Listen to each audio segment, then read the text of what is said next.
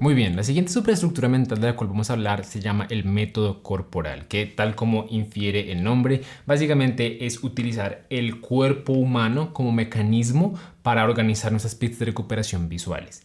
Es muy sencillo, es súper interesante, es súper útil, pero como siempre, para mostrarles qué tan bueno puede llegar a ser, les voy a dar un ejemplo. Entonces lo que quiero que hagan es que piensen en una persona que se les venga a la mente cuando yo les digo la letra U.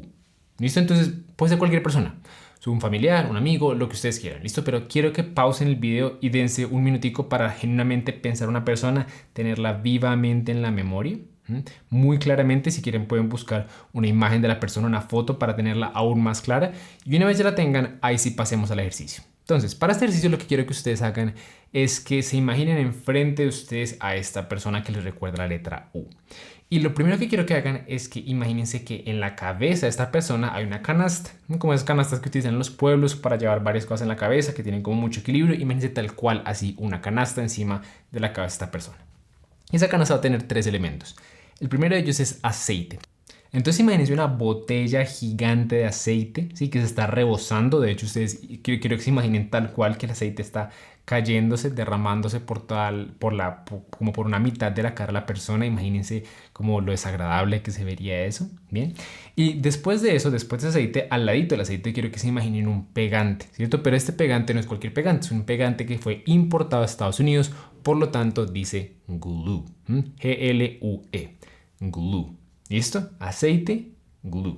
Y después lo último que quiero que se imaginen es que hay una mata verde, pueden ponerle flores si quieren, pero una mata extremadamente grande. Entonces imagínense esa imagen extraña con la canasta, el aceite cayéndose, el glue, imagínense también como el glue que se está cayendo, por ejemplo que le cayó en la frente, y la mata al lado. Bien, esos tres elementos muy claros. Después de eso quiero que pasen a imaginarse los ojos, pero en los ojos de esta persona no quiero que se imaginen sus ojos normales, sino que se imaginen que en vez de ojos tiene como unas piedras de carbón. Entonces tiene carbón en los ojos, imagínense ese negro, áspero.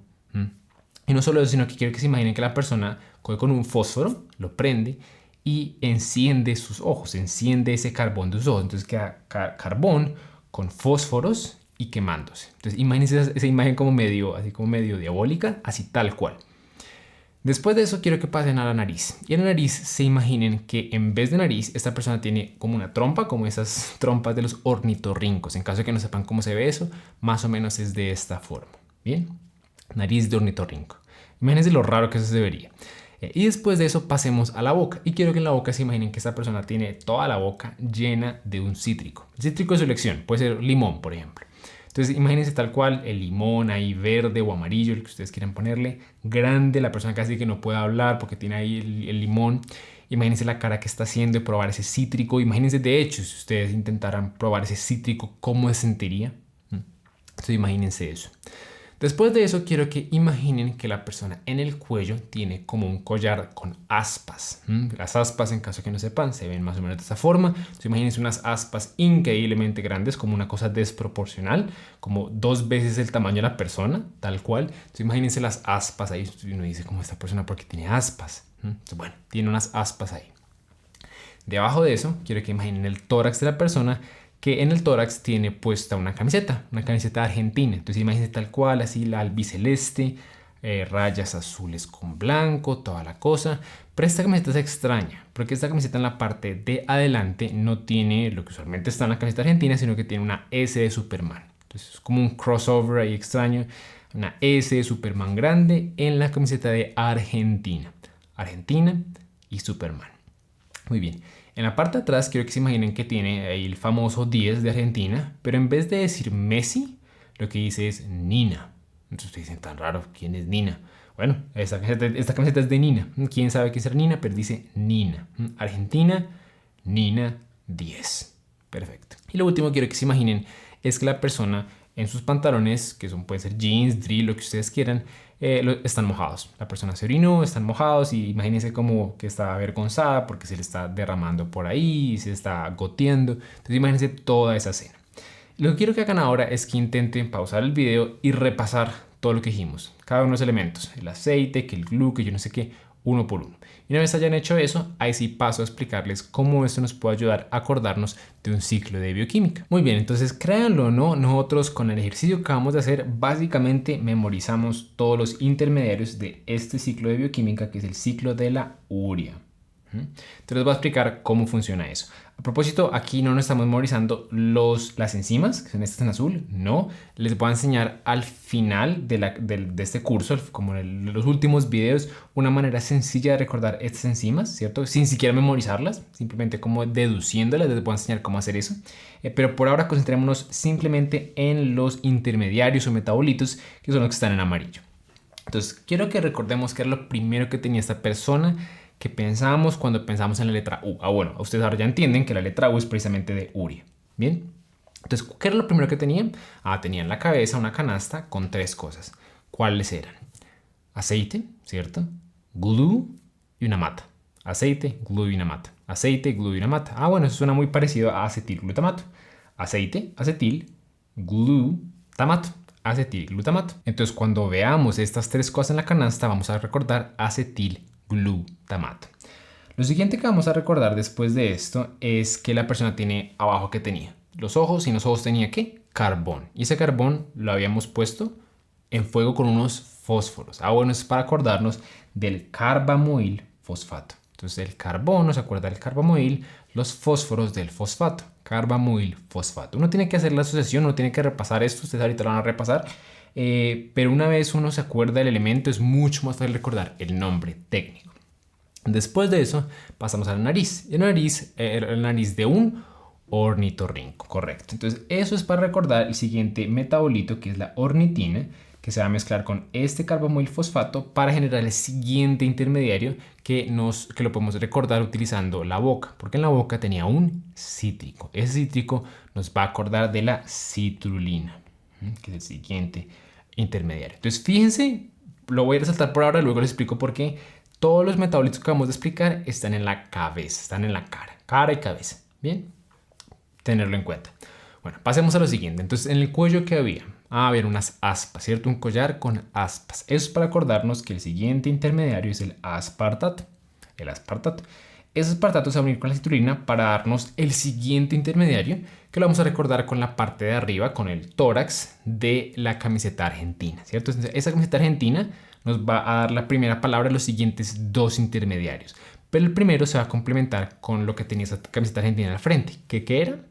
Era la S de Superman, ¿cierto? Entonces, Argentina, S Superman, nos va a acordar de arginino, argino, succinato. Entonces, el argino lo recordamos por Argentina, argino, y la S la recordamos, nos va a hacer recordar que el primer intermediario es succinato. El siguiente intermediario, que también comienza con argi, es el otro, que lo recordamos por la espalda, que en la espalda decía nina, que es la arginina. Bien. Y finalmente, lo último que veíamos eran los pantalones que están orinados, y que todos sabemos que en la orina hay urea. Eso nos dice que completamos el ciclo con la urea. Bien, entonces quiero que pausen el video, intenten repasar absolutamente cada intermediario, cada elemento del método corporal, y a recordar, ok, ¿cómo es que era la cosa? Estos 3 me recordaban de esto me recordaba de esto. Intenten hacerlo un par de veces y luego pasamos a preguntas de repaso. Muy bien, entonces esa es básicamente la idea del método corporal. Organizar nuestras pistas visuales de recuperación utilizando el cuerpo humano, ¿cierto? Y puede ser nuestro propio cuerpo humano o puede ser el cuerpo humano de un amigo, un conocido. Y esta es una muy buena herramienta, y me parece que hay gente que le intenta comparar con los palacios mentales, dice, esta es mejor, esta es peor. Yo simplemente creo que son herramientas distintas para diferentes usos, con diferentes pros, contras y limitaciones, ¿cierto? Un pro, por ejemplo, es que a diferencia de los palacios mentales, en donde eventualmente podríamos llegar a tener un problema con esto de que se están cruzando diferentes palacios y que no conocemos más sitios o no hemos visitado más sitios y ya no tenemos demasiados palacios mentales. Aquí no nos suele pasar eso. Usualmente uno conoce muchas y muchas personas, entonces uno puede tener como para cada persona, por ejemplo, no sé, para cada persona un ciclo de bioquímica, o para cada persona unos medicamentos antimicrobianos. Entonces hay muchas personas en el mundo que pueden utilizar para tener como muchas pistas de recuperación organizadas. En ese sentido es un claro pro, ¿cierto? Sin embargo, un contra, como ustedes se pudieron fijar o como se pueden imaginar, es que aquí es un poco más difícil incluir grandes cantidades de información, ¿cierto? Porque mientras que en un palacio mental yo puedo incluir un montón de cosas porque tengo un montón de habitaciones y tengo como muchos detalles en cada habitación, que la puerta, que la mesa, que yo no sé qué, en un método corporal pues no hay tantas estructuras corporales, ¿cierto? Ahora yo les voy a dar algunos tips para cómo uno puede maximizarlas. Sin embargo, al final de cuentas sí estamos un poquito limitados. Ahora bien, crear pistas de recuperación utilizando el método corporal es de hecho bastante sencillo y es básicamente el mismo proceso que hemos hecho desde que comenzamos a practicar nuestras pistas de recuperación visual, que a propósito, si ustedes ya han estado practicando, eso les va a ser mucho más fácil de lo que ustedes creen. Y de nuevo, lo único que tienen que hacer es básicamente organizar los elementos que tienen que recordar y después comenzar a asignarle a cada elemento una pista de recuperación y organizarla en el cuerpo. Ahora bien, creo que la clave para eso es tener un orden muy claro de dónde comenzar y dónde acabar. Mi orden, por ejemplo, es de arriba hacia abajo, ¿cierto? Hay campeones de memoria que van desde abajo hacia arriba, desde los pies hasta la cabeza. Hay campeones de memoria que van de una mano a la otra. Ese me parece como el más difícil de utilizar. Sin embargo, pues también lo pueden intentar. Pero yo sí les recomiendo el orden de comenzar arriba y terminar abajo porque es como mucho más sencillo. Ahora bien, sea lo que sea que uno elija como orden, la clave aquí es entender que uno puede comenzar a asignar diferentes como espacios, diferentes órganos o diferentes puntos corporales a diferentes pistas. Entonces, por ejemplo, en este ejemplo, en el ejemplo que utilizamos del ciclo de Lauria, fueron pistas muy grandes, ¿cierto? Entonces primero fue la cabeza, luego fue los ojos, luego fue la boca, luego fue la nariz, luego la boca, luego el cuello, tórax, espalda y pelvis, ¿cierto? Eso fue como básicamente el orden.